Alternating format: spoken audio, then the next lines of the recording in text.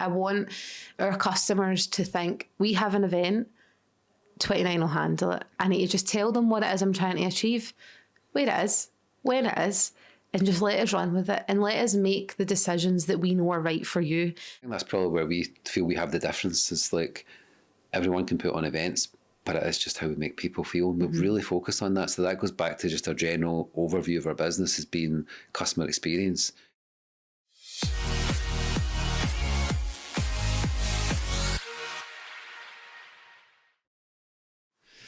Katelin, welcome to 29er Show Unscripted. Today we're going to focus on talking about events, your specialised subject. Yeah. I've got a bunch of questions for you, and I'd just like to know how you answer them about how you're specialising in the event side of the business. So when you're at an event, what's the exact moment at that event that you know it's landing?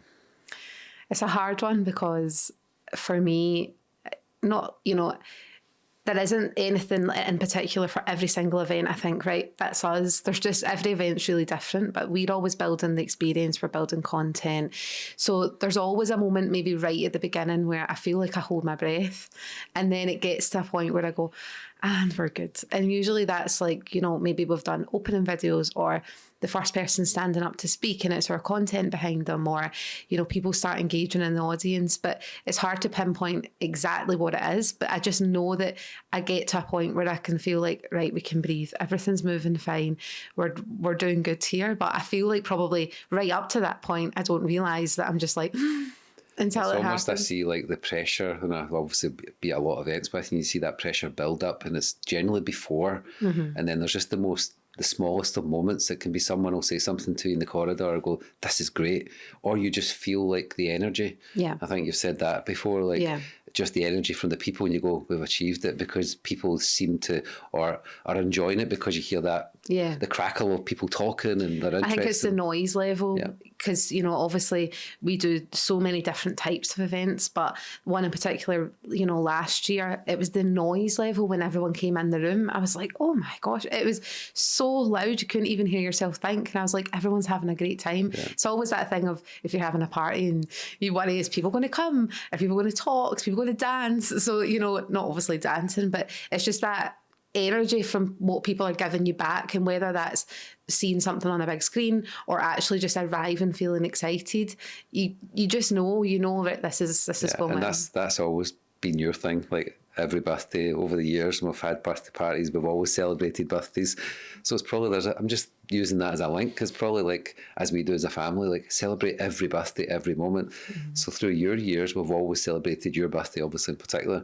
But it's always been your fear, like, what if no one turns up? Yeah. So it's probably then, if you think about it, fast forward now in your adult life and running events, you're doing that now every week, every month. You're like having these birthday parties almost for customers. And you're trying to make it a nice experience for everyone. And then you're thinking of every single person's perspective when they come in. What are they going to think? Are they going to enjoy? Are they going to have fun? And it's like that whole birthday party thing. And we're not talking of your birthday party, there's like 20 people coming. We're talking 200. We're talking thousands of people. So, I mean, the chances of all of them not turning up is very slim, but you just want it to go so well that I think, like you said, it's the lead up, and I think you feel okay until we get a week out, a couple of days out, the night before, game over for me. I just can't sleep because I'm just thinking about it over and over and over again. So I mean, I think events are, touching on like what pulled you into this side of the business, but I think we've just kind of answered that a little bit, as probably looking back as we do, you look back and you see where's the threads, where's the kind of threads of how I get into events, and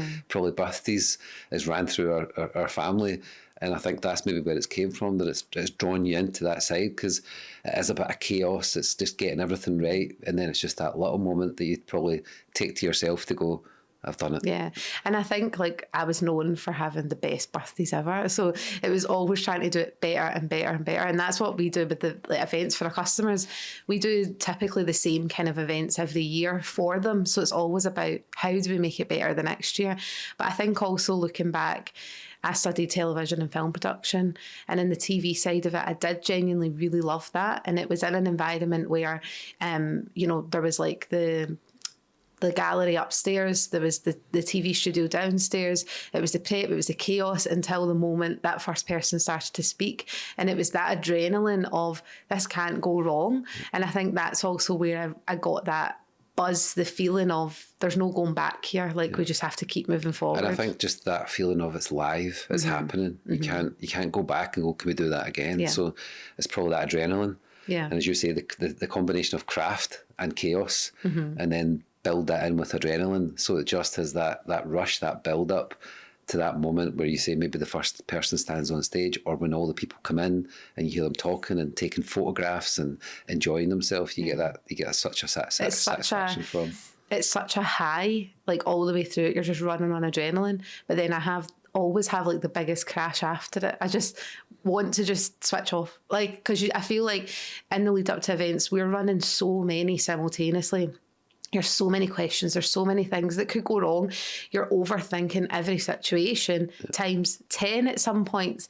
So come to the end of it, you're like, I don't want to think about this anymore. Like, you just want to stop. What's the question you always ask yourself at events? What's the worst thing that could happen? Yeah. Like, any time we're doing it. And it was something in a TV show, This Is Us. Yeah. And they always like say that to each other when they're stressed, whatever. They go, right, what's the worst thing that could happen here? And then they say it out loud and they go, well, that's not going to happen. But you have to actually think, what's the worst You thing? actually have to put it out there. So we always joke, because we did an event recently and it was in a boat under the Eiffel Tower. And there's probably loads of things that could have went wrong, but everyone was like, what's the worst thing that could happen? I was like, the boat sinks. That is the worst thing that could possibly. Everything else. But there was a moment. Oh, if you yeah. think back when we were all, I think the first person took to the stage and we were all standing on this boat on the river saying... Someone was speaking at the same time. But it was funny because everyone was facing forward to the speaker.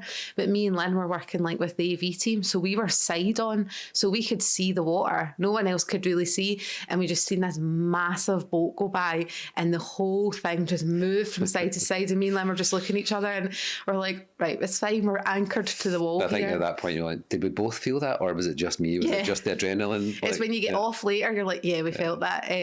But no, obviously, like that is my job. That is my team's job to always think about what could go wrong. And you're always trying to predict that so that you can stop that. And silly little things, from sound to audio or people not turning up. But we always say when you put the worst thing out there, everything else seems... And there's always going to be things, but it's how you react to it, it's how you deal with it. So, and it's how you deal with it before the customer knows. Yeah.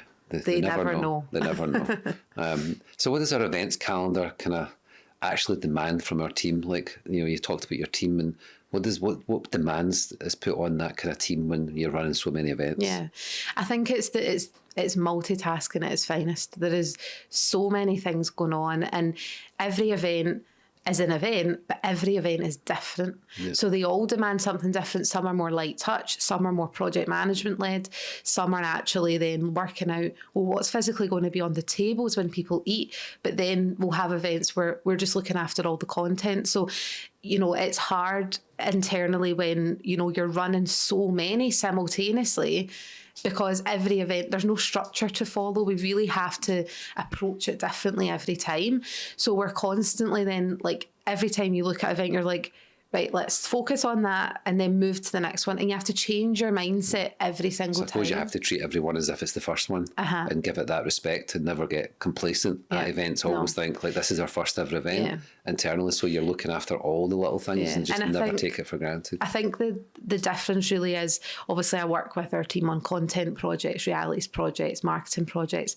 And, all of that, predominantly like 99% of that, we control in-house. So all the creative we do, project management, script, etc. When it comes to events, you have to work with outside third parties. You have a booth builder, or there might be a catering team. Depending on the venue, you might have to work with certain people that they use. That's when it becomes really difficult, because you're then having to predict that team. You're having to predict, are they going to turn up? Are they into detail the way we're into detail? So it becomes harder, because every time we do an event, you're working with a different team of people. Obviously, our crew stay the same in our team, but surrounding us, you're really depending on that. And events that we've got coming up, that's what we are constantly checking in with, is the third parties that make this happen. And with just us. making sure they're hitting the standard that we expect as well. So we obviously promise to our customer as well that we create an end-to-end like event delivery. But what's the part that clients don't realise until it's happening. Like, what's that? Like, things like, 6 months earlier, you're having those conversations, so you're touching on it, like, yeah, when you're at the event, but the build up to that, everyone obviously that come to the event turn up that day, but it's the work before it. So I think that's more like, what do the clients not see and feel? Yeah, I think that's actually always the goal. Like, I want things to just happen on the day that the client probably doesn't notice, but actually they go away from it and go, oh yeah, like small little details that just make their experience better, which we need to think about months in advance, like weeks in advance. It's small things that just make them think, oh, I didn't even think of that. Yeah. And even, we've got a lot of speakers that do it, work at our events. So, they are focused on what they're doing, what they're going to say, but just giving them small things of like, here's some cue cards the night before. Do you want to go and write them away? Like little tiny things that, all aren't massive, but it's just how you make that person feel. And our goal is that we want our customers to just walk in to an event and not have to think of anything. So, but to do that, we need to think of every so you're little always detail. Trying to think of the questions that you think no one else has asked. And as you say, it's the small details, the background details that people don't maybe think is happening, but it's afterwards they maybe look back and go, that was special. And I think because we are running so many events simultaneously here in the studio, a lot of our events take place like across the world. So our customers maybe won't come here like in the lead up to an event. And that's why we capture bits of behind the scenes. Because right now we're preparing for 3 events like just about to arrive. And back in our studio, there's boxes everywhere and there's things arriving every day. And it's just looking at all that, you're like, if our client could see all this, all these boxes, and we're thinking, right, how do we get them sent to this place and that place? And but it's the chaos that just builds the anticipation and the excitement towards it. And I think we touched on the word adrenaline, but it's like the work that we do, I say behind the scenes, the late calls, because a lot of our clients are obviously in the US. So I think your husband actually said, like, I wasn't replying to him the other day, and he texted me. This was at like 11 o'clock in the morning, and he texted me going, why are you not replying? Your clients don't wake up till 1. I was like, I know they don't wake up till 1, but I'm using this moment to just they get don't wake ahead. up to 1 because it's US based, and I think that's East Coast time. That's the commitment we obviously have for our customers. It's location's not the issue, and whether it's late night calls or early morning starts as well. So it's part of that whole events thing. You're always on, I think. Yeah. And even like a lot of the events we're working with, you're working with a global team, so all over the world. But then it is trying to take those time zones into consideration. And an event that we do, we typically will have a call every single week with that team. Yep. So then all of a sudden your week's full of like just flipping in your mind every time you go on a call. It's the next one. It's the next one. It's a different team. It's different dynamics in that team as well. But then you're working with America, Canada, Europe, the UK. So trying to fit all those people into those types, you do have to just jump on it, because we also are like, we can't lose time here. We need to just take the opportunity to chat with our customer to keep things moving, because although typically events for us, you book a year in advance, 6 months in advance, 4 months in advance, that disappears so quickly. So we have to take the opportunity every week to just keep it pushing forward. And how important, to our customers, we've talked about this like privately, but how important do you think events are now for businesses? Because obviously we live in a world that you can communicate in so many ways with AI and everything else, but also video conferencing. But how important do you think it is, or is it for a customer to still prioritise events, as you said, whether it's small scale internal or whether it's external to large audiences? How important do you think it's going to be now? Like, as we move into this new era of, like, obviously not new, but it's moving so fast, AI, everyone's doing everything online, digital. We do communicate on Teams with even just people that you're round the corner from.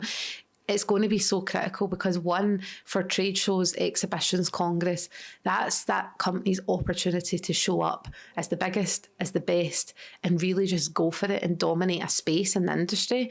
But then flipping that to the more VIP events, let's say, where it's like 100 guests, 200, maybe to about 500, it's your chance to really give back to your customers and show up for them. And it flips to what we say for our customers. Like, we go to America, we do innovation sessions, we continually try and show up for our customers no matter where they are in the world. And that's what our customers are doing, they have to do that. But then there's 3 types. It's like your big event, which is like your congress, your exhibition, trade show. Then you've got your VIP, and then you've got your internal. Now, the companies we're working with are thousands of employees, and a lot of them do internal like events, because then that's the only time their team can come together to 1, connect, culture, and then 3 as well, capture content, because it'd be too expensive to go anywhere else. And that's why initially, you know, we sometimes get brought in at the start, because they're like, we've got this opportunity where everyone's together, let's create content. And then we end up going, well, have you done this? Have you booked this event? Have you done? And then we end up getting wrapped into the full service. And I suppose we've got the benefit of both worlds, because we still communicate, as you say, every day with our customer, every week. There's a scheduled call on Teams, so you're still building the relationship, but they then can trust it in the background when they turn up on that day. And it might be, for some customers, it's the first time we've actually met them in real life, but they've got the confidence to turn up on that day at the event, knowing it's going to be 100%. And I don't want our customer to ever be worried, nervous. You know, that's our job. That's our job to think of everything and make that perfect. I want our customers, no matter what type of event it is, you know, if it's just a big booth or if it's a private event, I just want them to be focused on, right, how are we going to turn this into sales? How are we going to do the speech? You know, focus on your part. Everything else should work. And all we do, if it's like a VIP event for our customers, we'll say, come down the night before, just so that you're familiar with the environment and you know that it's all done. But other than that, like, I don't want our customers to feel that. And we've got an event coming up recently, and I said to our customers, like, are you excited? Are you nervous? And I don't want them to feel, I want them to feel nervous, you know, for doing their own speech or but not nervous about the event. She's like, no, I'm so excited. And I'm like, right, well, we've nailed it. You know, if you're not nervous. Energy, when you hear that kind of thing come from the customer, how excited they are, that gives you that energy to see it come into life. Yeah. You talked about how events for the customer, it's about then, you know, what sales, like they can focus on how they present themselves to their customers and potential sales from it. So ROI is important to us as well. So, you know, at events, it's not just put on a beautiful, glamorous event. It's about content that extends. So the event obviously lasts a day, 2 days, let's say. And then after that, generally, for other people, that's it over and they go home. But for us, we want to create an event that extends beyond that, even for the whole year. So how do we do that? Yeah, and it's something that we see happen time and time again. Customers will go and spend, now we're talking hundreds of thousands of pounds at big exhibitions, etc. And even down to your VIP events, just because it's not got thousands and thousands of people, it still can be expensive. And we always ask that question, what did you get out of it? And if you can't measure, did we get sales? Did we get internal buy-in or anything? Then how are you justifying that amount of spend? So we always ask those questions right at the beginning. What's the purpose of this? Is it for sales? Is it for just awareness to be the biggest in the room? And that sometimes is the case where you just want to be there. But for us, it's working with our customers to say, we need to understand that, because at the end of the day, we want their next event. So I want to be able at the end to say, right, we set out to achieve this. This is what we achieved. Here was the byproduct of that. But there needs to be something. And often it can just be, we dominated the social space during that congress, during that exhibition, or it could be that was the biggest sales generator of the year. So it's trying to always understand, because I just don't, it is a lot of money and they need to be able to justify what they got back from that with a goal in mind. But we also, like a lot of events we film for the customers, and we've talked about, like a day of filming becomes a quarter of storytelling, because it's then measured in months, not minutes. So like that event can be, as I say, a full day, but the content they get back from that can last for the whole year, which can continually generate sales for them. So we're very focused on, you know, if you don't film it, it doesn't happen. Like one of those phrases we've used. So how does that fit into then the event? So the event being put on all the kind of logistics of it, but on the day, if you don't film it, it didn't happen. So, and it's trying to think of, like you said, you know, we're looking at like crew and catering, everything where it's booked, all the way then through to content, pre, during and post. And that's the 3 bits that we always pull on. So it's like pre, how are we going to raise awareness and get people to come? Secondly, it's then during, what content can we capture while we're there to maximise for the whole year? Now, if you've got your key leadership team coming, if you've got your key customers coming, if you've got employees coming, can we use the opportunity of everybody in that room to capture content? Now, it might not be specifically to the event. We've done events where the whole event was going on about a sales conference, but we were using that to actually capture the employees who came for recruitment for the next year, you know, for internal. So it's always asking those questions. So your event, like ROI and your event goal, might not actually be about what's happening in the event. You might just take the opportunity to capture who's there. But then the biggest mistake people make is capturing all of that and then not actually pushing it out, or waiting and sitting on it. And it then, you know, they've created this video of the event, they've created content, they've created interviews, and it just sits there and it goes nowhere, or it goes out 4 months later.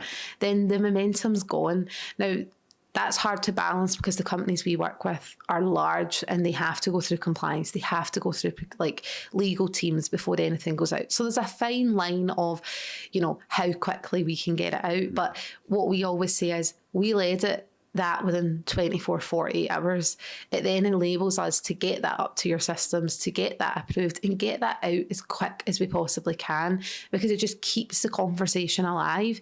But then it's anything we capture, we need to edit it quickly.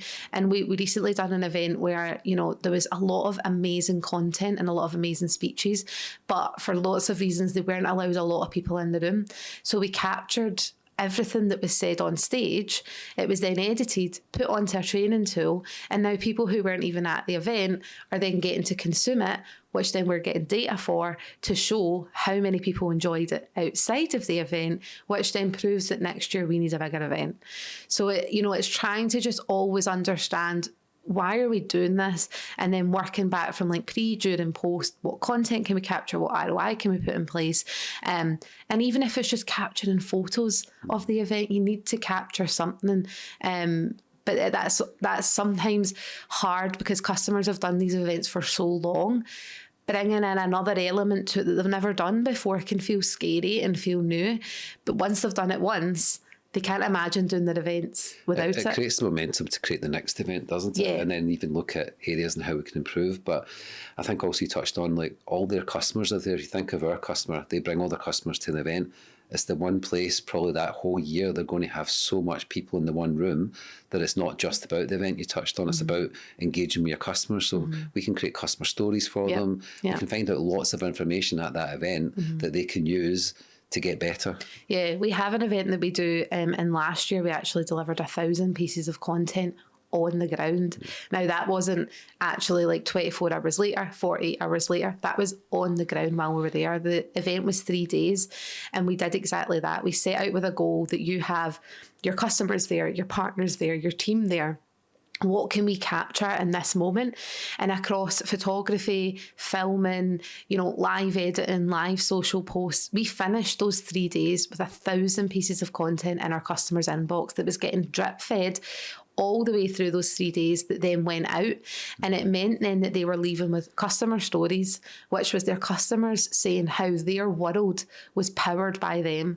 We then had the partners talking about how their business is a success because of them. And then you had employees as well. So they were then able to dominate that social space for those 3 days to say, look, we've just had that event. Look who was here. But then actually that becomes their biggest sales generator of the year, because the content that they have, then they use afterwards to reach back out to the customer, to engage with the customer and use those results to get more customers. I suppose it ties into our whole business ecosystem. Obviously this is focused on events, but where it's connected to then is our marketing service, our content service, and also we have the reality service as well. But if you think about events and how we connect it and thread it through our business, so as you're saying, we create all that content using our content service, and then we market that using our marketing service. So the event just doesn't become one hit, as you just talked about. It becomes a thread of our different services, and I think that's really important. And I think it's typically, I would say, 90% of the time it's content that we have that first engagement with all our customers.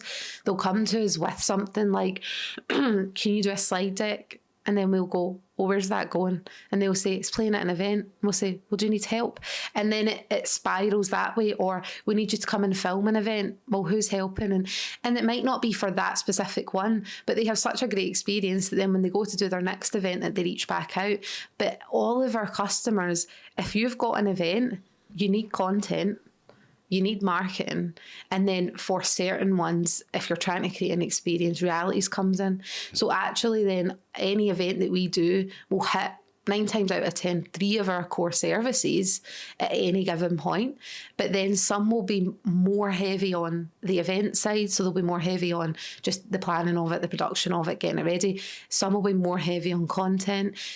And some will be more heavy on marketing. So like I was saying earlier, every event is just so different that it's just a big, massive jigsaw that you're just, every time you sit down with one, you're like, right, well, what pieces are we pulling in here? And you're having to plan it from the very beginning. Yeah, and I suppose they're obviously all different, but as your experience, then you learn the patterns of what you're looking for, what to look out for. And then every experience you have, you learn something new and you plug that back into the pattern for the next time. So you're getting better and better at doing it because you're putting on so many events. And I think because, you know, rarely will we do an event that's just like a one-off.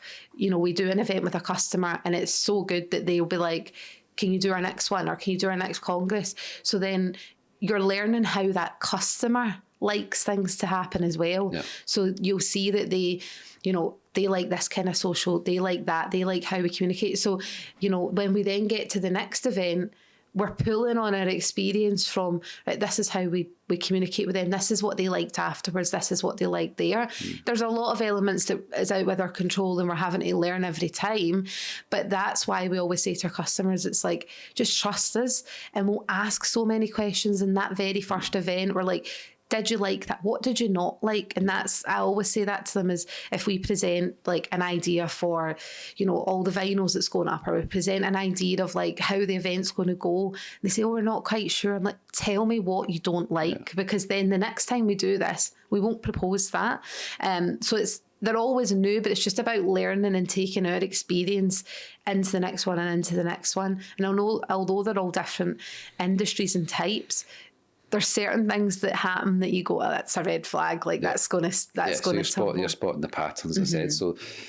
You know, we talk about 10x a lot in our business and how we are in growth in our business across all our services. So if you want to 10x events in the next 12 months, what does that look like? What does it, you know, what do you need to actually do? And obviously a lot of our work is referrals and things. But so how do you 10x events in the next 12 months? I think it's never take it like, you know, just turning up at an event isn't enough anymore. Like, people are demanding more. If someone, you know, it sounds funny, but we all live in this world where people work at home, they work on a screen. So for someone to actually show up for you, whether that's at an event and purposely come to your booth, whether that's come to your VIP event, or a staff member to come, they're going out their way to show up for you. So it's, you need to show up for them. So it's all the little things that you might not think matters, but we all engage differently. Things are important to everyone differently. Some people won't care, is there a goodie bag? Some people won't care, you know, do we get lunch? But everybody all takes something else away, and you don't know what it is. Like, we always say that, like a wedding, you know, people will always moan about the food. No matter what you put on, people will always moan. So we always say that about events. Like, someone will always complain about something, but there'll be something there that they'll go away with and go, that was really nice. Do you know, they thought of that, they thought of me, and they made me feel important. I suppose it's just at the end of the day of an event, it's about how you make someone feel. Yeah. And that's across all our business services. Like, how do we make the customer feel? Yeah. We live in the technology world, but then how do you make someone feel? Yeah. And that's especially important at events. Yeah. And it's sometimes they'll feel something, but they won't realise why they feel it. And it's just because they've been made to feel special. And, you know, it's all the little fine details that sometimes you can think, oh, we don't need that, or why are we doing this? But you don't realise what people are picking up on. And they do leave the event going, that was amazing. I was so full of energy. But that was because the people were all chatting. It was bright, it was airy, there was things on the table for them to engage with when no one was talking. You know, it's always trying to think of it from our customers' perspective, like what they feel when they walk in, but we're always thinking of it as like, but what are their customers going to feel? I suppose we've always talked, like, if you go to a restaurant, it could be the best restaurant, best food, but if you just don't get that service and the waiter's not that friendly, or they don't help you a little bit, you then don't go back. But then if they do something, like if it goes wrong, but they go out their way to make you feel like, I'm really sorry, that shouldn't have happened. Let us do this, let us do that. You'll go back again, then something will go wrong and you'll go, why are we back here? Like, you forget. But it's how you make people feel, and things cannot be going right, but it just, you know, we need to show up for our customers, and our customers need to show up for their customers. And that's how, one, you'll get more sales, your customers will trust you more, and they'll connect with you better because they can see the effort that you've went to. If they turn up for your event, you've not made an effort, you know, it's just someone standing up on a stage, there's nothing going on, there's nothing around, there's no way for them to network and engage, they're not going to come back to the next one. I think that's probably where we feel we have the difference. Is like, everyone can put on events, but it is just how we make people feel. And we've really focused on that. So that goes back to just our general overview of our business as being customer experience. You know, whether it's someone coming in here to our office, to the Pirate Bar, it's just about how we make them feel, how we put on the music they like. We find out all the smallest of details. So it's the sights, the sounds, the smells, the smallest of things that you say that can make the biggest impact when you go to an event. Yeah. And I think for me, it's always also about, like, in the lead up to it, like I said, we have like meetings every week with these customers. So the whole team, like the event team that's making it happen, and there'll be things that someone will say, can you do this or can you send that? And I'm like, we'll do that. Like, we'll take that, because I want our customers to, in that event planning experience, not feel stressed.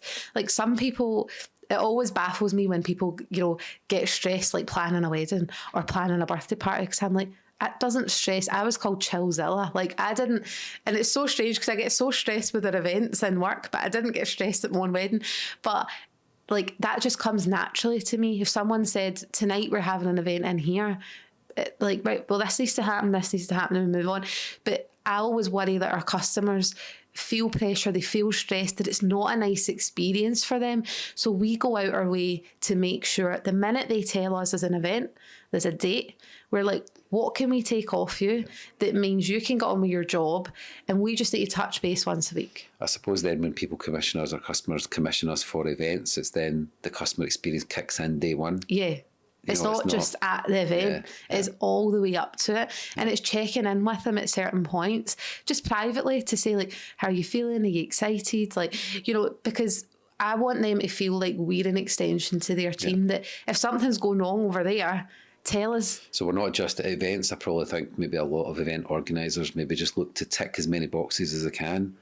We don't have the tick box system. No. It's like, as you just said, it's having that personal call, having that just touch point, random touch point, sending them something, you know, just to make them feel like we've got this. And you feel it, you know, like, as you're leading up to it, you know, we have events where there is a lot of pressure, there is a lot of money riding on that event, and you feel like you're on calls and people can get like uptight, you know, they're anxious, and you start to, as we get closer, we say that, you know, we're getting to that point where people are going to start feeling it. So we offer, you know, is there anything else that we can take off? Even if it's just sending all the emails, or, you know, let us take something off you that just eases that pressure. Because, like I said, it's not just the moment they walk into the event. It's in that run up all the way to it. We want them to feel as calm as possible, because that's why it goes well. But it goes back to just relationships. Yeah. It's not the event, but it's the relationship we build around that. Yeah. And that then leads to more work for us as well. Yeah. So if someone catches up with you, this is our last question. Okay. If someone catches up with you in 2 years' time, what do you think, what do you want them to say about 29 Studios and the events team? So just give yourself a little 2-year message and go, what would they be talking about you and the events team in 2 years' time? I think I just would want them to say that we take that pressure off them for events. Like, I want our customers to think, we have an event, 29 will handle it. I need to just tell them what it is I'm trying to achieve, where it is, when it is, and just let us run with it and let us make the decisions that we know are right for you. And that's our goal, is that the customers that we're working with, we know inside and out. We know all their systems. Even when new people start these companies, they come to us and they're like, can you give us a bit of a rundown on how this all works in terms of creative? I want our customers to be able to think, you know, I don't need to worry about the small details. I know that I can just turn up. So having the trust and confidence in us to just go for it and not have to second guess anything. And I suppose then you want all our customers to think when they've got an event, the first people they're going to call is 29 Studios. And right now, ironically, like I said at the beginning, we are the first person they call when they think of they're having an event, because they think, I need a video, I need a slide deck, I need graphics for a menu. It's at that point we go, wait a minute, who's organising your event? It's then the next year. I want them to, before they even get to picking their event organisers, they come to us. Because what I always say to them is, the experience we give you when you're under pressure, when you're on a deadline, for anything, for content, for marketing realities, imagine that same experience for events. Imagine we could just take that pressure off. And we hear it, everyone goes, the 29ers are amazing. You can just trust them. You don't have to doubt that they'll give you something on time or on a deadline or the quality. Take that into the real world and take that into your brand showing up. And let us just wrap ourselves around you. Because, you know, one of the, actually an event that we do towards the end of the year, every year, we just do all the content. We actually don't do the on-the-ground support. And I've said to them a few times, I'm like, imagine how much, you know, how much we wrap around you. We do over like 40, 50 projects in a 2-month period for all their content. I'm like, imagine the next step. Imagine if we actually delivered the event for you. You know, it would be all connected. You wouldn't need to worry. So I would just give them that end-to-end feeling, experience. And it's something we pride ourselves on, is that the person you're working with, you know, you're not, if you come to us for an event, it's not, you know, I'll talk to you about it and then I'm passing to the next person and then the next person and the next person. The people on that call is the people that will be there on the day. It's the people you'll speak to every single week. So it's trying to just, you know, show our customers that we want to show up for you in meetings, we want to show up for you for content projects, but for your events, that's your one moment to show your brand at its best to your customers. So it's like, let the team that show up for you every year, every day, show up for you for those. Well, that's the questions, Katelin. Thank you very much for coming and talking about 29 events. We've got a busy few weeks coming up. And we do. We're in event season. We always feel there's you kind of in planning quite a lot, and then all of a sudden they all go back to back, and then you go into planning. But it's good because, you know, the adrenaline's like a push, and also you get to go to some really nice places. So thank you. Thank you. That was good.